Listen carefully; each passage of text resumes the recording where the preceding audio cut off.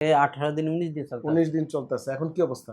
এখন আলহামদুলিল্লাহ মোটামুটি আপনি দাঁড়িয়ে থেকে দেখছেন, বসে থেকে দেখছেন? জি মানে মোটামুটি এখন ঠিক আছে। ঠিক আছে। বিসমিল্লাহির রহমানির রহিম। দর্শক, ডিপিআরসি থেকে আমি বাত ব্যথা বিশেষজ্ঞ মোহাম্মদ শফিউল্লাহ প্রধান। আমাদের প্রবাসী যারা আছেন তারা নিয়মিত ডিপিআরসিতে আসেন, আপনারা জানেন। হাজার হাজার ভিডিও আছে আমার ইউটিউব এবং ফেসবুকে।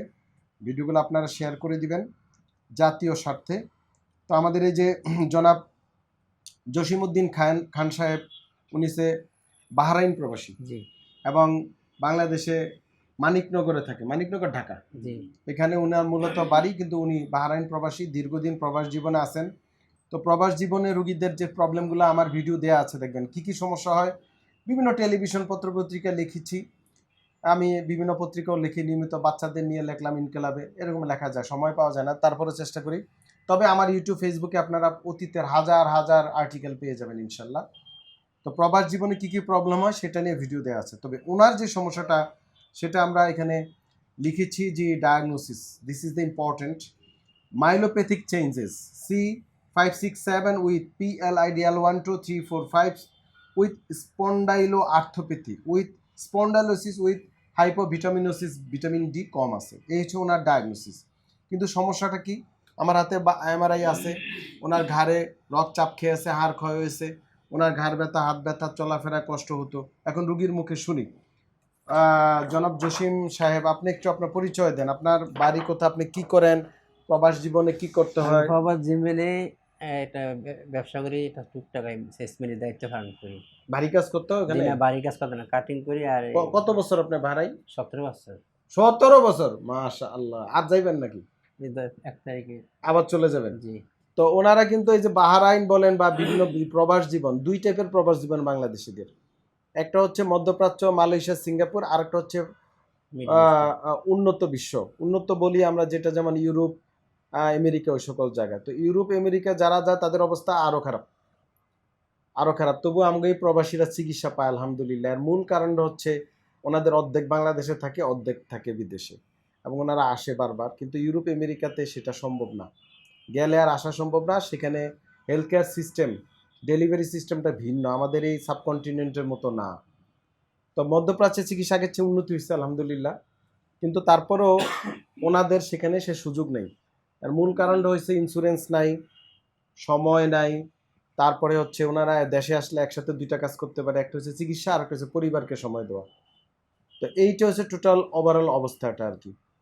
তো তাহলে 17 বছর আপনি ওখানে আছেন। জি তো এই যে আমার কাছে আসছেন, এই সমস্যা কতদিন এখন? 6 মাস। 6 মাস ধরে কি সমস্যা হইতো? সমস্যা হয়েছে বসে থাকলে ব্যথা করতো, মাজায় মাজায়, আর মাজায়। আর যদি কিছুক্ষণ দাঁড়িয়ে থাকতাম তাহলে মাজায় ব্যথা করতো। গাড়ের তো কতক্ষণ দাঁড়িয়ে থাকলে? কত 1 ঘন্টা দাঁড়িয়ে থাকলে এরকম ব্যথা অনুভব করে তো। আর এই ব্যথা পায়ের দিকে যেত? পায়ের দিকে যাইতো না। আর ঘাড়েরটা? ঘাড়েরটা তো ওই ইদিন আসার আগে একটু প্রবলেম দেখা গেছে, এর আগে প্রবলেম দেখা যায় না। আচ্ছা। তো এখন আজকে 17 দিনে আমাদের এখানে কতদিন? আজকে 18 দিন 19 দিন চলতে 19 দিন চলতেছে। এখন কি অবস্থা? এখন আলহামদুলিল্লাহ মোটামুটি আপনি দাঁড়িয়ে থেকে দেখছেন, বসে থেকে দেখছেন? জি মানে মোটামুটি এখন ঠিক আছে। ঠিক আছে। তো দর্শক, আসলে এই সকল রুগীর সময় লাগে, 1 মাস বা 1.5 মাসও লাগে। পুনর্বাসন যে চিকিৎসাটা আমরা এখানে করি, অনেকে আমাদের এই চিকিৎসাটা মনে করে যে থেরাপি দেই, ব্যায়াম করি, ডলাডলি করি, বিভিন্ন জায়গায় মানে হিট দেই, এরকম মানুষ মনে করে। এটা ভ্রান্ত ধারণা। মানুষ অনেক কিছু করতে পারে, অনেকে মনে করে নিজে প্রধানমন্ত্রী হয়ে গেছে, অনেকে মনে করে হ্যাঁ বিশাল নেতা। তো মনে করলে আমরা কি করব?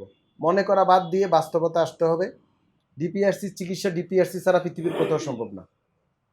এটা একটা টিম ওয়ার্কের মাধ্যমে আমরা ট্রিটমেন্ট করে থাকি আলহামদুলিল্লাহ। তবে কিছু চিকিৎসা অনেকের ক্ষেত্রে একই রকম মনে হবে, কিন্তু বাস্তবতা ভিন্ন। প্রতিটা ডাক্তার ভিন্ন, প্রতিটা চিকিৎসা ভিন্ন, প্রতিটা রোগ ভিন্ন, প্রতিটা রোগী ভিন্ন, এক নয়। এক একজন এক এক, প্রতিটা রূহ ভিন্ন, আলাদা আলাদা। বাপের সাথে ছেলে রুহের কোনো সম্পর্ক নেই। প্রতিটা প্রাণী, প্রতিটা মানুষের রুহ আল্লাহ পাক আলাদা আলাদা তৈরি করছে, এবং আলাদা রিজিক, আলাদা জীবন ব্যবস্থা দিয়ে পৃথিবীতে পাঠাইছেন। আলাদাভাবে আবার হিসাব হইব। বাপের প্রায়চিত্ত ছেলে ভোগ করবে না, ছেলের প্রায়চিত্ত বাপে ভোগ করবে না। চিকিৎসাটা লাইক দ্যাট। অনেকে মনে করে যে PLID অন্য রুগীরও যা চিকিৎসা, আমার রুগীরও চা চিকিৎসা। No, never ever, this is not scientific. কিছু জিনিস মিল থাকে, বাট প্রতিটা রুগীকে আলাদা আলাদা আমাদের ট্রিট করতে হয়। তো আলহামদুলিল্লাহ উনি মোটামুটি ভালো আছে ওনার কথা, কিন্তু ওনাকে আরও কিছুদিন আমাদের অবজারভেশনে থাকতে হবে। আমরা এখানে যে বৈজ্ঞানিক ব্যায়ামগুলো শিখিয়েছি, সাইন্টিফিক, এগুলো করতে হবে, নিয়মকানুন শিখাইছি, আবারও বুঝিয়ে দিব। এবং আমরা কিছু ওষুধপত্র দিয়েছি, এগুলো খেতে হবে আলহামদুলিল্লাহ ইনশাল্লাহ। সবাই ভালো থাকবেন। ভিডিও বড় হয়ে যায়, নিয়মিত আপনারা আমি প্রশ্ন উত্তর পর্ব দেই, সেখানে আপনারা প্রশ্ন করবেন, আমি উত্তর দেওয়ার চেষ্টা করি। আসসালামু আলাইকুম ওয়া রাহমাতুল্লাহি ওয়া বারাকাতুহু। ডিপিয়ার্স লিমিটেড, আস্থা, বিশ্বাস ও নির্ভরতায় অবিচল।